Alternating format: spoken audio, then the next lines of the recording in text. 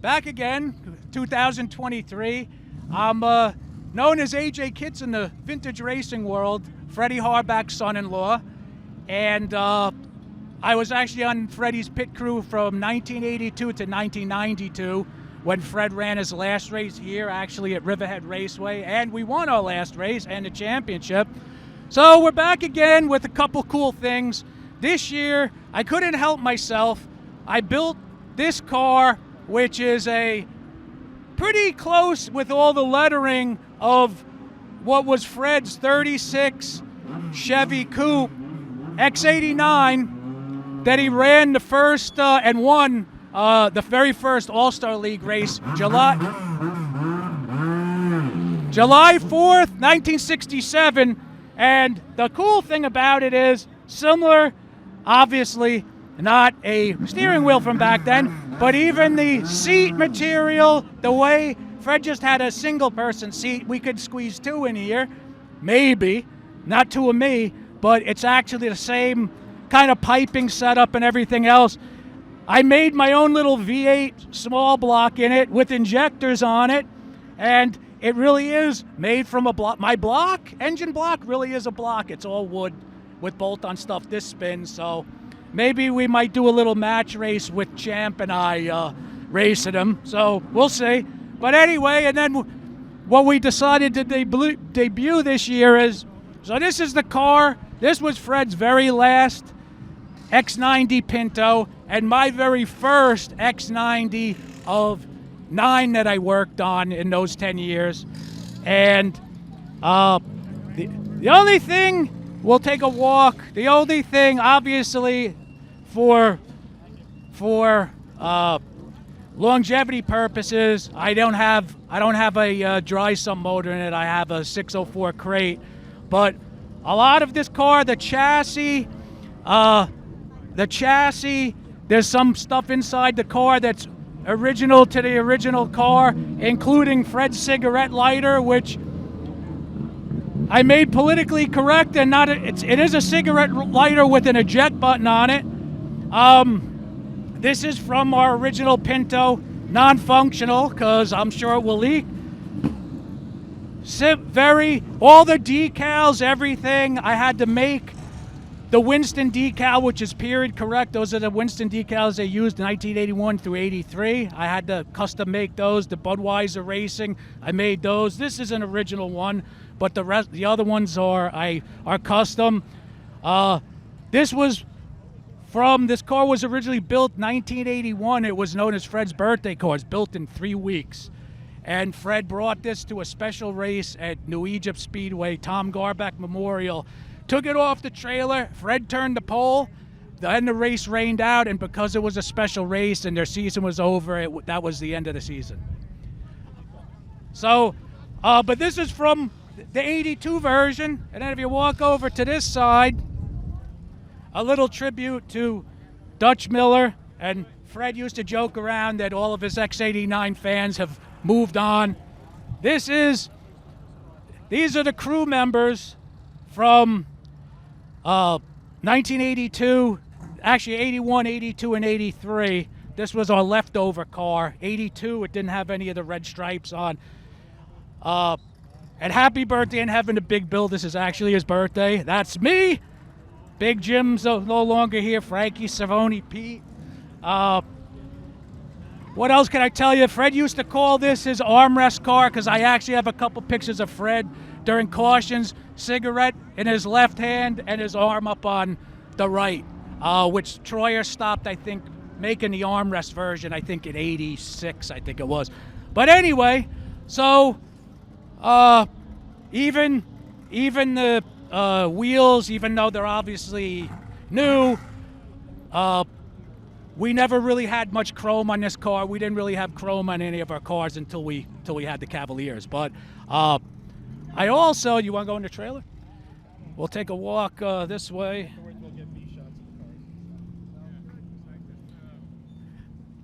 Did a couple changes to the trailer to make it a little bit easier for folks. Starting with when Fred first started, kind of follow along, even though Fred started before. He didn't really start winning races until 57, 58. And it's a kind of a transition to see. This was the first X89 built in 1962. He just ran the actual 89. This is a championship winner, won at Old Bridge in 1960, that particular car. Fred thought the X was cool because those were the days when you had like the X15 and the X1, and other guys ran the X, just something different. Even though NASCAR they didn't recognize the numbers. This is when, so actually that little car we looked at before, that's this right here. Fred, the first All-Star League race, you could see they didn't even wear fire suits. Part of the All-Star League, they gave you a helmet, they gave you a fire suit. This is the first time Fred actually wore a fire suit, but it was more like a cotton coverall. I don't know how fireproof it was. The joke of the 67 All-Star League, they have a picture of Charlie Dutchamn in there, which obviously is not Fred. He won again at Islip Speedway in 1969 in this car, the 18 Coupe. There's actually the picture of Fred. It was a publicity photo that O'Rourke staged for them, 1970, of Fred and Charlie in another coupe. Just basically the different years of the cars and the transitions. That's that golf cart coupe again. Fred ran dirt. He was an asphalt driver who actually liked running on dirt. I know Charlie told Fred that he hated running on dirt, but Fred actually liked it. But they didn't run as many dirt tracks back then as you do today, and asphalt was more where the money was more at. He ran the 18 part-time, then he started transitioning. This was his, it's actually this car, his X89 Camaro that he bought from Lenny Bowler, and it became the first X90 because when he partnered up with Norm Tosti, Norm said, you can either use my colors, which were yellow and blue, or my car number. So Fred went with the car number. I will not say exactly the words Fred used, but he didn't want to race a yellow car anymore. Then it kind of follows around to the 80s. All these different cars. Yeah, when Winston, he was on. They used to use this. Was on all the banquet posters and everything else. Fred and this is actually the Armstrong car when Jeff Bodine was driving. Then we kind of follow through. The other stuff is posters of. Well, actually, this is one I thought was cool.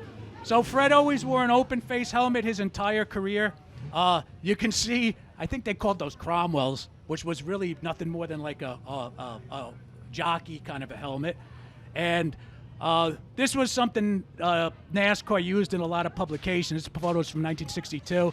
And this is actually Fred in that car right there, 1983, when I first came around. You can see we changed the numbers a little bit, more like our last numbers, which are our favorite. We were never big fans of those, nor was John Maz, who did it. It was when he first started airbrushing. But Fred never wore a full-faced helmet. That's actually the Islip Speedway. That's in the coach golf cart version. And then I actually have this. This is actually kind of cool. This was actually when Fred got his 394th win overall total, not 394 wins at Riverhead. I think he's got, I forget, 11, 12, something like that, 20, I don't know. But then this is kind of cool. This was something I put together that I sent to a lot of other vintage groups that I'm involved with to try to get some recognition for Fred. You know, he was, obviously I'm biased because he was my father-in-law, but I can say with 100% certainty, I've met a lot of people in my life, had a very interesting law enforcement career. I've met presidents, world leaders. Fred was definitely one of the coolest guys I've ever known.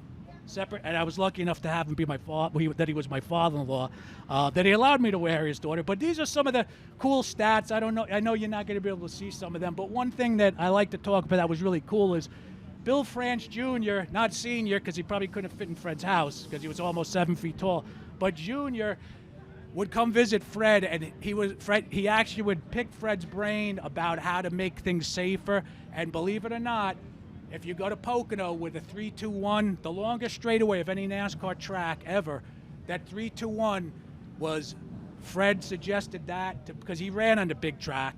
I've run on the big track, not in a modified, but in an Xfinity car. But anyway, long story short, that was the kind of thing Fred did. He wanted to make things safe for other drivers. And, of course, himself, but believe it or not, he definitely put other people first. What else can I show you? I actually made the 18 car a two-seater, so when you see this, we see this. Actually, Pete, I have a 2XL. I think we might be able to screenshot. I made the 18 car. I couldn't fit in this, but we made it a two-seater, so to bring people for rides and stuff. And I'm also getting involved with the Make-A-Wish Foundation. That's why I did it. But to give kids rides and so forth, plus the golf cart. But anyway, I hope I didn't stutter. I hope I didn't stumble too much. We love coming here. We're looking forward to seeing all of our friends. A lot of them started showing up while we started doing this, and should be a great time with some cool trophies. We actually have Erdl Nutmeg Collectibles made. I think that was number 14 of their series of that actual car, and that actual car was supposed to be our 1976. Well, I should say our 76 car, which is actually this. Similar to this one, this is 77, but this car here that Fred finished number 2 overall in nationwide NASCAR for the modified. So the reason the guy went with that car was he was a retired cop. I met the guy, and the guy said, well, what was your favorite? So, of course, that was my favorite, the one and only Pinto X90 I worked on. And lo and behold, when they came out with the model, it was that car. So here it is. I'm not good at math. 42 years later? So anyway, hopefully everybody enjoyed this. I did. Thanks for letting me ramble on, and we'll see you all soon.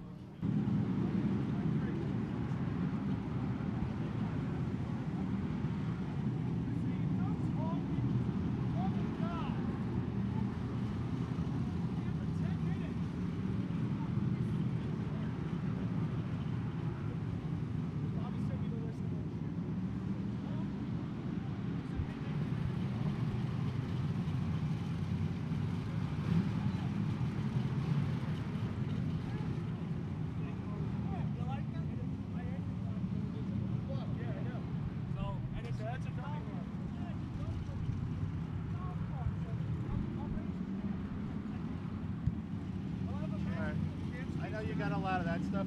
Get like the wide shots of the cars, like walk around them. Okay, there he is.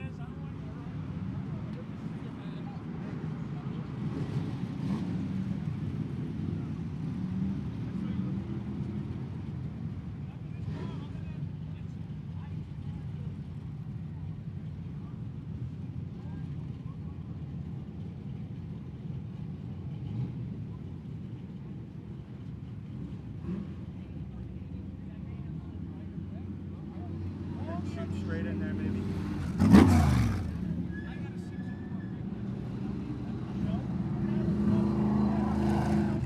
Alright.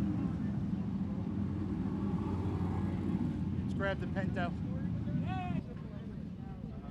He was supposed to come. Big Bill. Someone said she wouldn't let me make anything to do with that. Now come back up here, get the Flying Dutchman, 90.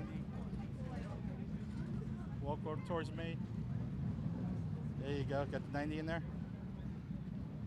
Okay, cool. And then we'll walk around now to the other side of the car.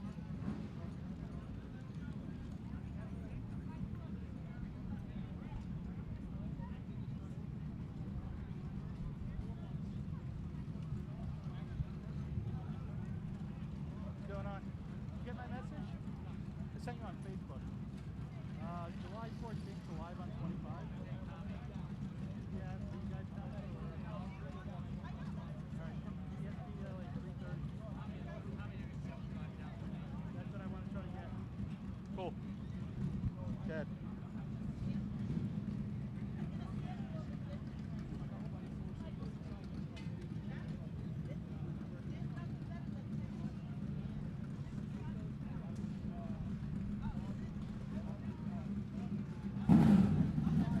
Alright, I want to get a shot of those trophies too. So, go ahead. you want to squeeze underneath there, you can.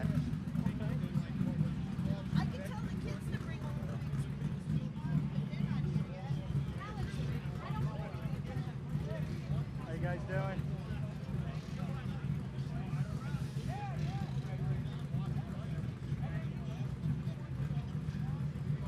You're just hoping he's going to lose his voice by the end of the night, aren't you? he loves to talk. He's great. Nope. Great.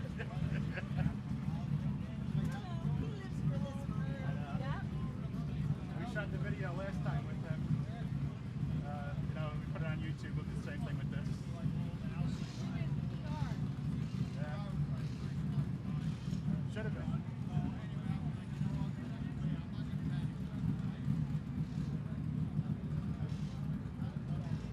I was gonna bring plastic, you bring real.